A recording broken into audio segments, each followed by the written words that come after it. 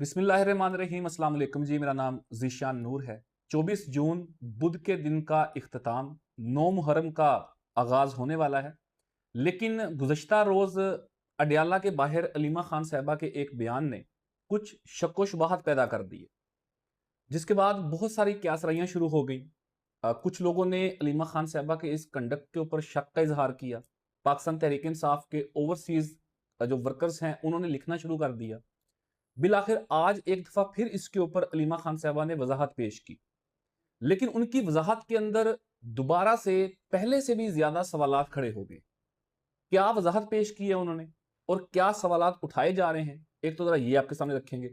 दूसरे नंबर के ऊपर मौजूदा जो हुकूमती सेटअप है, उनके जो बर्तन खड़कना शुरू हो गए हैं, अब उसकी एक मिसाल हमें पार्लिमान के अंदर होने वाली गुफ्तगू के अंदर नजर आती है। लेकिन जो अहम मुद्दा है, पहला जो नुक्ता है, वो है अलीमा खान साहिबा के उन बयानात के ऊपर पैदा होने वाला वो शक शुबहात का सिलसिला, जो अब पाकिस्तान तहरीक इंसाफ के वर्कर्स भी सोच रहे हैं। मामला यह है कि इमरान खान साहब से 2 दिसंबर 2025 के बाद उनसे मुलाकात उनकी फैमिली की, वकला की, सियासी क़यादत की नहीं हो सकी। तकरीबन कोई 30 से 32 के करीब मंगल गुजर चुके हैं, उनकी मुलाकात नहीं हुई तो अ, आज से 1 माह कबल वजीर आला सुहेल खान अफरीदी साहब पिशावर से रवाना हुए। अडयाला जेल पहुंचना था, लेकिन 26 नंबर चुंगी के ऊपर उन्हें रोक लिया गया।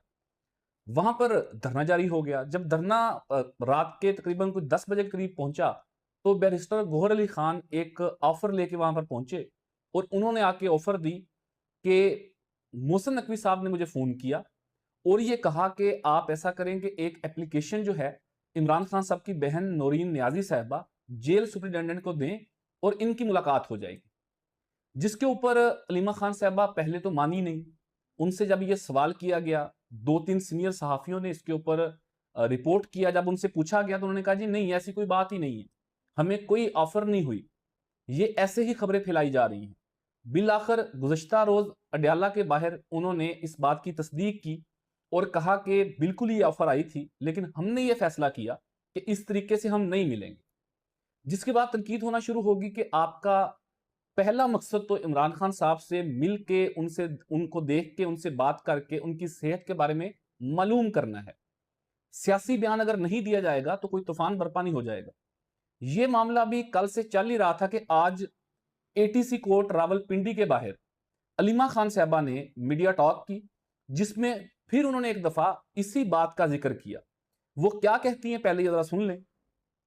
वो कहती हैं कि जी, जिस रात 26 नंबर चुंगी के ऊपर एहतजाज जारी था, बैरिस्टर गौहर अली खान मोहसिन नकवी साहब का पैगाम लेकर आए और कहा कि नौरीन नियाजी सुपरिटेंडेंट अडयाला को दरखास्त दें तो मुलाकात हो जाएगी। आगे वो कहती हैं कि हमें अंदाजा हो गया कि एक मुलाकात करवाकर ये इमरान खान साहब को दोबारा मुस्तकिल कैद तन्हाई के अंदर डाल देंगे।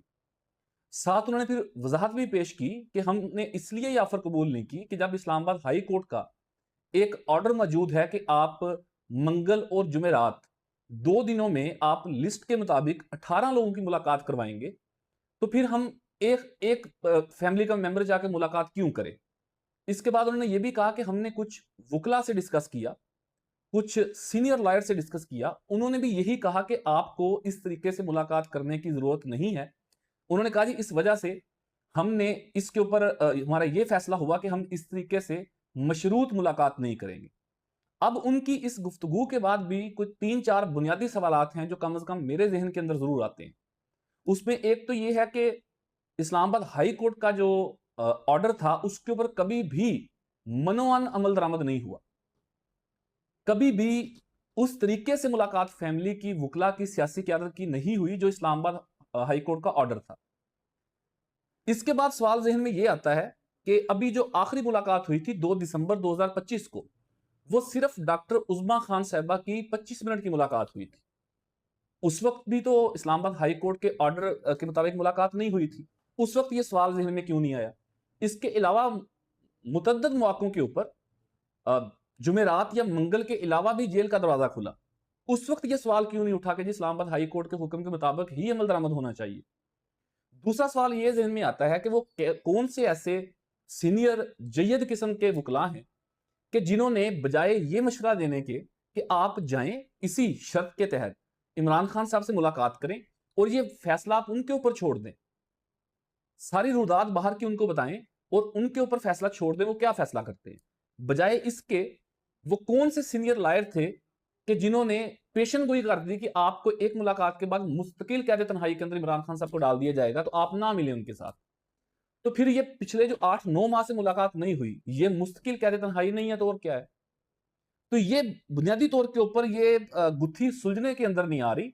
और कुछ ओवरसीज जो वर्कर्स हैं पाकिस्तान तहरीक इंसाफ के, इवन के पाकिस्तान में जो ग्राउंड के वर्कर्स हैं पाकिस्तान तहरीक इंसाफ की कुछ क़यादत भी, वो अब ये कहना शुरू हो गई है कि अलीमा खान साहबा के इन गैर ज़रूरी बयानात के ऊपर, गैर ज़रूरी फैसलों के ऊपर उन्हें शदीद तहफ़्फ़ुज़ात का सामना है। अब सीनियर क़यादत के अंदर भी ये चीज़ें ज़ेर बहस आना शुरू हो गई हैं कि अलीमा खान साहबा अपनी डोमेन के अंदर रहा करें, जो उनका फैमिली वाला चैप्टर है, उनके अंदर रहें, जो सियासी फैसले हैं वो सियासी क़यादत को करने देने चाहिए। फिर एक और मामला आखिर के ऊपर आपको याद होगा कि अलीमा खान साहबा ने कहा था कि हमें इनडायरेक्ट डायरेक्ट पैगाम दिया जाता है कि आप फील्ड मार्शल आसिम मुनीर साहब का नाम अपनी किसी स्पीच के अंदर, प्रेस कॉन्फ्रेंस के अंदर ना लिया करें, तो आपकी मुलाकातें जारी रहेंगी। फिर उन्होंने आज से कुछ 5 माह कबल एटीसी रावलपिंडी के बाहर ये कहा कि मैं ये डील ऑफर करती हूं कि हम हमारी फैमिली में से कोई भी बहन किसी भी मीडिया टॉक के दौरान फील्ड मार्शल का नाम नहीं लेंगे, इसके बदले इमरान खान साहब को अस्पताल शिफ्ट कर दिया जाए। और पिछले 5 माह में उन्होंने अपनी किसी भी ट्वीट के अंदर, किसी भी स्पेस के अंदर, किसी भी मीडिया इंटरेक्शन के अंदर उन्होंने फील्ड मार्शल का नाम नहीं लिया। लेकिन गुज़श्ता रोज एक दफा फिर से उन्होंने उसी पैटर्न के ऊपर की मुलाकातें फील्ड मार्शल मोहसिन नकवी में बंद करवाई हुई। तो अब क्योस ये पैदा हो रहा है, कहा यह जा रहा है कि जब बैकडोर कोई संजीदगी से चीजें चल रही थी, मैच्योर होने के करीब थी, वो चाहे सुहेल खान अफरीदी साहब कोशिश कर रहे हों, बैरिस्टर गौहर खान कोशिश कर रहे हों, अपोजिशन लीडरान कोशिश कर रहे हों, तो वो जब करीब चीजें जाती हैं सेटल होने के, तो कोई ना कोई मुतनाज़ा बयान दे दिया जाता है। तो इन तमाम तर चीजों ने बहुत सारे शक व शुबहात पैदा कर दी हैं अलीमा खान साहबा के इस कंडक्ट के ऊपर, उनके बयानात के, सियासी बयानात के कंडक्ट के ऊपर।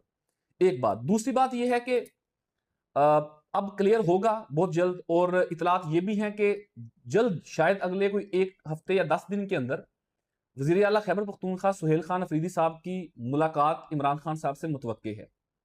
यकीनी तौर पे अगर उनकी मुलाकात हो सकती है तो शायद एक आध फैमिली मेंबर या बैरिस्टर गौहर अली खान साहब की मुलाकात हो सकती हो। तो ये वाली गुत्थी जो है वो अनकरीब अब सुलझ जाएगी। लेकिन उन अलीमा खान साहबा के इन गैर ज़रूरी बयानात की वजह से काफ़ी सारे जो शक व शुबहात हैं वो अब जन्म लेना शुरू हो गए। आखिर के ऊपर 2 मिनट के अंदर जो मौजूदा हुकूमती सेटअप है, वफाक के अंदर ये जो बानमती का कुंभा इकट्ठा किया गया था 8 फरवरी 2024 के आम इंतखाबात के बाद, जो धांधलीज़दा सीटें इकट्ठी की गई, रिजर्व सीट्स के ऊपर 2/3 हुकूमत बनाई गई। पाकिस्तान पीपल्स पार्टी ताने मारना शुरू हो गई है एमकेएम को। पाकिस्तान पीपल्स पार्टी आड़े हाथों लेती है वफाकी वज़रा को, और आज ऐवान के अंदर अच्छा खासा माहौल गर्म रहा।